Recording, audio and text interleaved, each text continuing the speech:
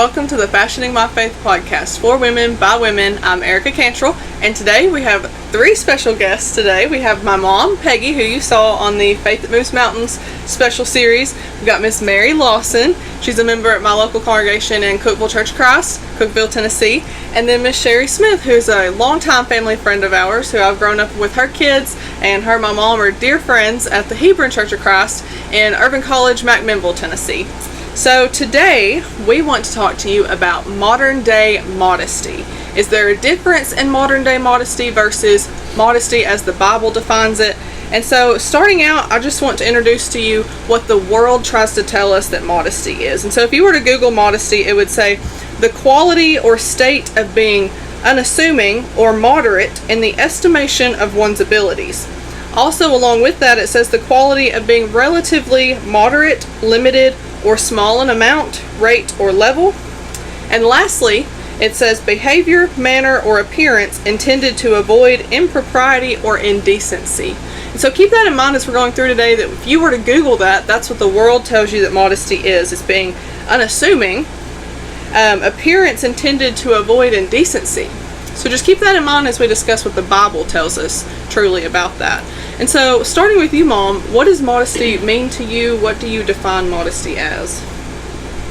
In my opinion, it is being appropriately dressed and decently dressed. I know there's several scriptures in the Bible that we can go to and find some of those tips to help us figure out what exactly that means, where the lines are drawn. And that's the best place to go, because that's what God has set aside for us as to what He wants us to do to be a servant in His kingdom. And how would you say modesty means to you? Is it something you hold relatively important, or do you think it's something that we as Christians should just touch on and walk away from? I think it's very important to be a Christian. One, we're supposed to stand out or set apart, and I think that includes how we dress.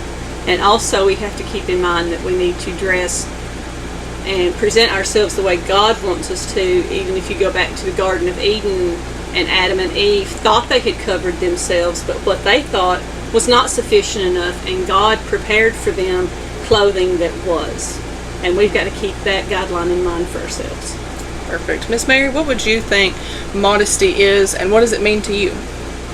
I would agree with what Miss Peggy said right there, that it's, making sure that we're covered up appropriately. In 2 Timothy 2, 9 and 10, a great verse to go to for modesty. Anything that's going to draw undue attention to ourselves, we need to avoid that. And certainly being underdressed, not dressed appropriately, wearing things too revealing, too tight, too low, too short, is going to draw undue attention to ourselves, especially from our male counterparts. Mm-hmm. And so sometimes too we think in the world, we might think, well, I'm not that bad. When we compare ourselves to the world, I might say, well, my skirt's not that short. Right. But I think we have to go back to God's standard and what God says and what His definition is. And I want to ask you, I asked Mom about if it's important to Christians, but I'll ask you, do you think that modesty can fall into a salvation issue? I do. And I think that in modesty, and I think we can prove that from the scripture, that immodesty is a sin, because it causes someone else to stumble, someone else to sin. And so I do believe that that is a salvation issue. Thank you. Now, Miss Sherry, what about you? How would you classify modesty, and what does it mean to you? Well, like she said, if you cause someone else to stumble, not every case is the same, but if you have somebody that may be weak in the lusting, if you cause them to stumble, then that's a sin that you've committed, and you've also jeopardized your soul and someone else's souls. Yes, and I think too, God has already set the standard for clothing and how we need to dress, and if we're going to go against God's standards, can we say we're okay with that? Would that not also be questioning His authority? Is what He set aside for us not good enough? and we should never fall into that trap, perhaps, that Satan might lay for us, to think that we know better than God. Exactly. And you kind of touched on it earlier, Mom. I'll put the verse, I don't have it right in front of me right this second, but I'll put it in the corner as we talk about it. Talking about Genesis and with Adam and Eve in the garden, and that when they ate of that fruit and they noticed they were naked. I was having this conversation with my fiance. I was like, one of the earliest sins ever mentioned was nakedness. It wasn't adultery. It wasn't sexual fornication. One of the earliest sins mentioned was nakedness. And when they thought they had covered themselves with the fig leaves, it wasn't enough. Like you said, it wasn't enough for God. And I was told once, I was studying, looking at several lessons on modesty, as I had some previous struggles growing up with it. And one thing that stuck out to me was, I believe it was in a Steve Higginbotham lesson. It was either him or Glenn Colley. They were talking about modesty, and they said the Greek word for the garment that God had given them in the garden, the Greek word for it actually means a piece of clothing that covers you from shoulder to the thigh part above the kneecaps. So that stuck out to me, because if God is going to give you, hand make you a garment to cover yourselves, and the bare minimum that he would give you is shoulder to kneecap, then why in our judgment would we think that we know better than what God prepared for his first two created beings? Yeah, exactly. And he also, when you go to the priestly garments in Exodus, Yes. he made the same type Yes. of garments from the shoulders to the knees. And he even went further and said, Yes. you need to put trousers Right, under yes. that to cover your nakedness. And so an exposure of the thigh Yes. was considered nakedness. I think there was like the cloak, the tunic, and the linen breeches, or breeches they call it. And that was so when they were walking up the steps that no one could see their nakedness under those garments. And I want to play the devil's advocate a little bit, because Okay. when you're growing up and you're in school and you're having these conversations with people your age about, in the Bible it says shoulder to thigh, and people will say, well, isn't that the Old Testament? So maybe y'all could share with me, how would you answer that if someone were to come at you with, that's in the Old Testament, I thought you only followed the New Testament? How would you approach that? There is a reference in John, I believe I have in my notes, and is it Peter that was in the fishing boat, and Jesus was on the shore, and he only had on the tunic, which would be considered like the undergarments. He put his coat on to jump in the water to swim to Jesus, because he wasn't appropriately dressed to go meet the Lord on the beach. So he put on more clothes to jump in the water. And that's in John 21:7, I believe. Ms. Mary, you have any thoughts about how would you defend that if someone were to ask you that? I think you have to go back to 2 Timothy 2:9 and 10, Yes. which is the hallmark passage for modesty.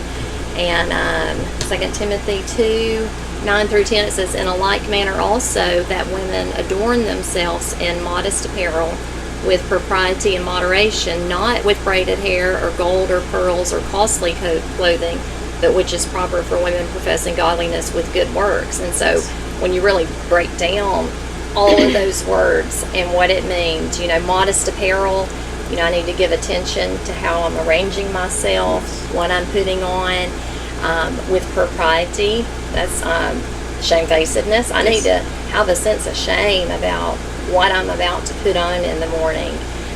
With sobriety, I need to have soundness of mind, self-control towards others. I need to be looking out for others when I'm getting dressed in the morning. And he goes on to say that when we dress that way, that's proper for a woman professing godliness. And clothing always conveys a message. What I put on in the morning is always going to convey a message to someone. Yes. And Miss Sherry, let me ask you, in that conversation you might be having with somebody, if they start to ask you about Old Testament versus New Testament and modesty, and maybe you've given them the verses, is it fair to say that if God once saw something as nakedness, that shouldn't never change? Is that fair to say? Well, it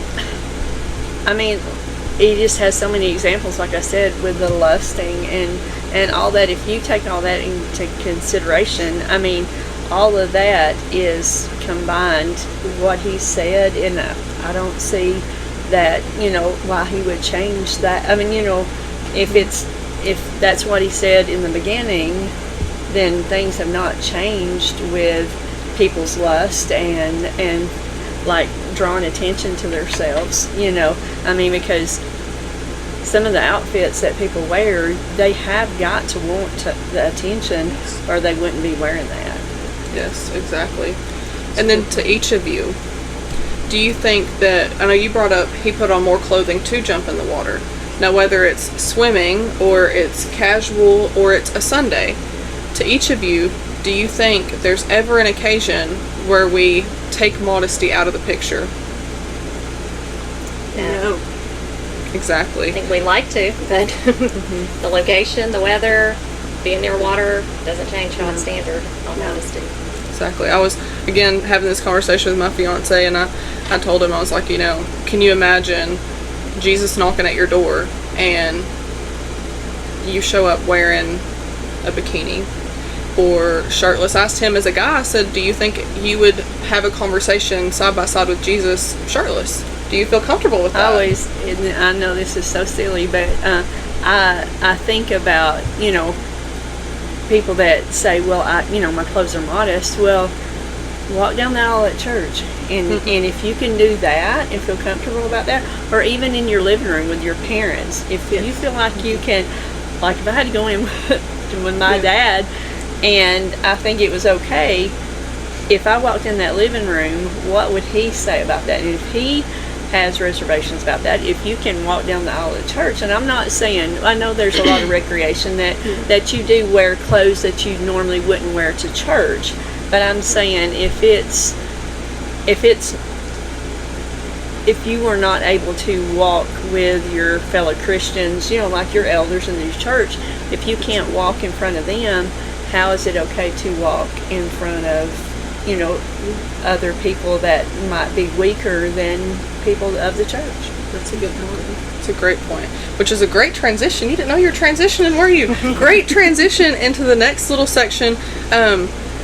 A part of the reason you may be thinking, okay, Erica brought on 3 guests and they're not connected at all, so why would she bring them on? So this next section is why I brought each of these people on. So we want to talk about, I obviously don't have children yet, hopefully one day, God blesses me, but each of these women have children, different ages, different genders, and I just brought them on to kind of help me give a perspective to the viewers of how it is raising children, both girls and boys, and trying to teach them modesty and instill in them modesty without turning them away. Because I think at a child's perspective, sometimes you see people who grew up in the church and they fall away because their parents were so hard on them, they felt unloved in the discussion of modesty. So my mom, of course, has me and an older sister, both out of the house. Well, I'm back at the house, but out of the house ages. And then Miss Mary has 3 children, 2 boys and a daughter, and they're all in the house.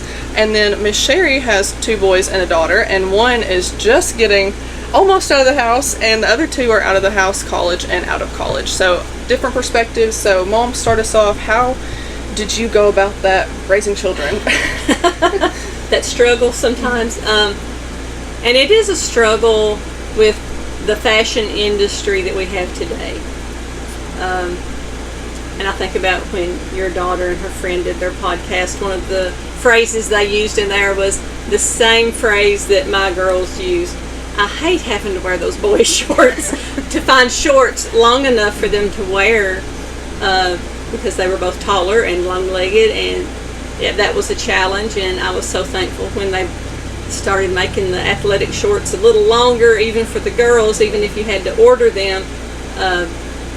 It made it better, but we always had our guidelines when we went to the store, and I'm like, okay, sit down, bend over, raise your arms. Are you having to adjust things, or is skin showing where it shouldn't be showing? And you remember we went through those discussions with you and your sister every time we went shopping, and there are challenges, but like you said, we have to go back And it's not just mama's opinion. Is that daddy going to be all right with it or not? But is God going to be all right with it? Are you going to be pleasing God and having the heart of a servant that God wants you to have in what you're wearing? And I think if we get down to that deep root, it makes everything easier. That was the one thing as a little child I remember about you was it wasn't just once we found something, if it was right on the borderline and you wanted to give us a chance to make a decision on our own, you would ask that question and say, what would your dad say? And growing up as a preacher's daughter, or just as the daughter of a man in the church, someone with those spiritual morals, that's a heavy question to have to answer as a child. And maybe when you're so young that you're still grasping the concept of God, because when you're younger, you're still developing all of that. But understanding the tangible Father that's on earth and having to go before Him is something that kind of helped when I was little. Was like, oh, I know Dad's not going to like this, so I better just not do it. Back on the rack. But yes, and so thank you for your input. Miss Mary, what about you raising younger boys and girls? I think you have to go back to it's pleasing to God, first of all. A lot of times you go to daddy for it. A lot of times with our daughter, she asks, is this okay? I said, well, go ask daddy, because he's going to know a lot better about it. I will say that having boys that are, teenage years, approaching the teenage years, it's becoming increasingly difficult to help them with modesty. I never thought immodesty would be a problem for boys, but it is. You can't find boy shorts in the boys section anymore that are long enough. And so I think you just have to keep looking. Don't give up on looking for stuff like that. Sometimes you have to pay a little more. But just instilling in them that, we're going to do what pleases God. It's not going to be about what's comfortable to me, what is maybe fashionable to me. We're going to please God. And I think you have to set the standard early, when they're little. Set that standard, because then you don't have nearly the battles when they get a little bit older. If you say, first of all, we're not going to wear shorts that are that short or things that are that tight. And I think too, you have to set standards for places you go where immodesty is going to be a big issue. You have to set those standards and say, we're just not going to go there. We're not going to go. I'm not going to take my teenage son to the beach. We're not going to go to mixed swimming parties. We're not going to go to the water park. And I know those things are fun here in the summertime, but we're just not going to do those things. And I think you have to set the standard super early. And you have to teach your kids a lot of backbone. You have to teach them to stand up for it and do what's right. Let me ask you on that note of having sons approaching the teenage years, how are you finding the struggle of, like you said, it's not just about girls, it's about the boys too, and teaching them modesty. How do you go about the struggle of shirtless versus keeping your shirt on at those swimming parties and things? Well, we do not go to mixed swimming parties, first of all.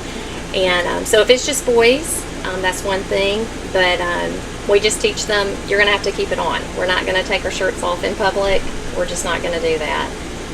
And I think you have to have, to some degree, standard modesty even within your home. If you have that standard within the walls of your home, it's going to help your boys and girls when you go outside of the doors of your home.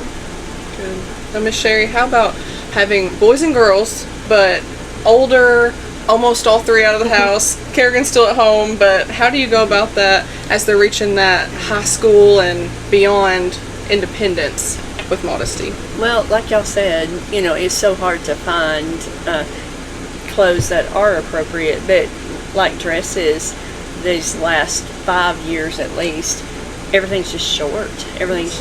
And when you've got taller girls, it is so hard to find the length on that. Like bathing suits, it's hard. I mean, Kerrigan told me yesterday, she said, I need a new bathing suit. And I said, find a modest one then. Hey there! As a disclaimer, just wanted to jump in and make sure there was no misunderstandings in the recording of our podcast. Our disclaimer today is that anytime we refer the term modest swimwear, it does not refer to a one-piece swimsuit or anything except a swimsuit covering loose-fitting clothing shoulder to thigh as the Bible instructs what modesty is. The environment has not ever and does not now change God's law on anything. Just wanted to hop on and make sure that was clear. Thanks, guys. I'll get it for you. And that goes along with like it, and we teach by example also. Growing up, we always swam. We had friends that we swam with, but I wanted a bikini, and so my mom said, "I'm not going to buy you one. You can buy yourself one, but I will not buy it." And so I bought one, but it always stuck in my head that what she said you can do. So she made me make the choice. I bought one and one only, and I didn't wear it long, because, but I made that choice. But then I always also had to make that choice that was a right choice. And so that taught me more than saying you cannot, I forbid you to do this, because I was old enough I could buy it anyway. But she gave me that choice. She didn't ever buy me one, but it always stuck in my head that she gave me that choice. She taught me what was right and wrong, but I had to make that choice for myself. And that resonated, it meant more and stuck on my heart than her just saying you cannot, I forbid you. But she taught me why she wouldn't do that, and so I had to make that choice. And it comes back to you, and you will make that right decision. You might stumble to start with, but I made the right choice. I had to experience my choice first, but then I realized what she was teaching me. My question for you, personally, as earlier I stated, long-term family friends, grown up a lot together with your children, and then we did swim some, like at the little creeks and cascades and stuff with your children. In those moments, was there anything that helped you in teaching them modesty? Was it ever any helpful to have others around you who also dress modestly? It's choosing the people that you're around also, because y'all dress like we did, and I mean, you can have the swimsuit, you can do, and even boys, I mean, they make these sun shirts now, and I mean, that's a great way to be modest, but you're sort of in tune with what other people are wearing also, but it does help to, if you're with someone that has the same beliefs, that your children doesn't feel out of place as if they would that otherwise. Yeah. And that was actually, again, a great transition point, because that was making me think about how you said the sun shirts.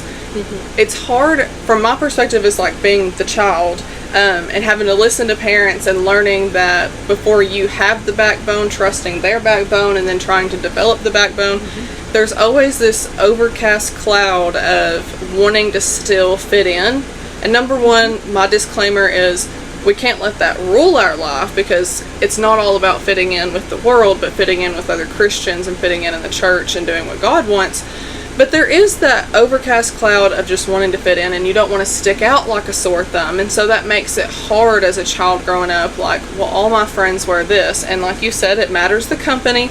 But now I just want to share maybe some ways, like you brought up the sun shirt, some ways that we could integrate modesty and it still fit in trendy. And my example for that is, I really think Amazon is a great option because one thing right now that's big on the trend is girls wearing, they call them bike shorts, and they're very tight, like leggings, but the kind that they make at the stores are all very short. They're not modest in that way, and they're extremely, extremely skin tight.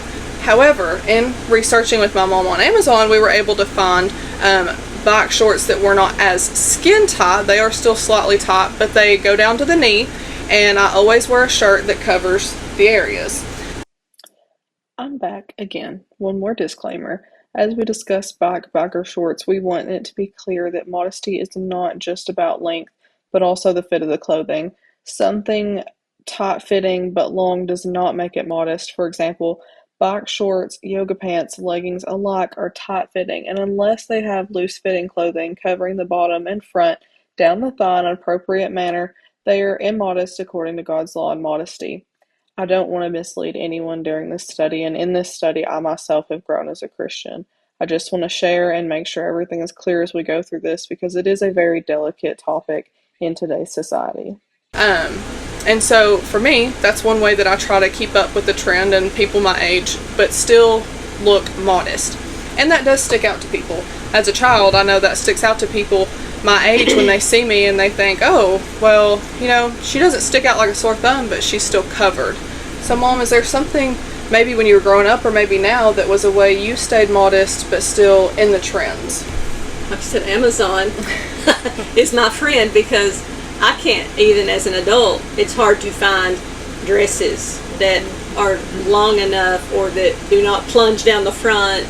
And so I go to Amazon and I type in maxi dress, and I can find long dresses to wear in the summer that are appropriate or winter.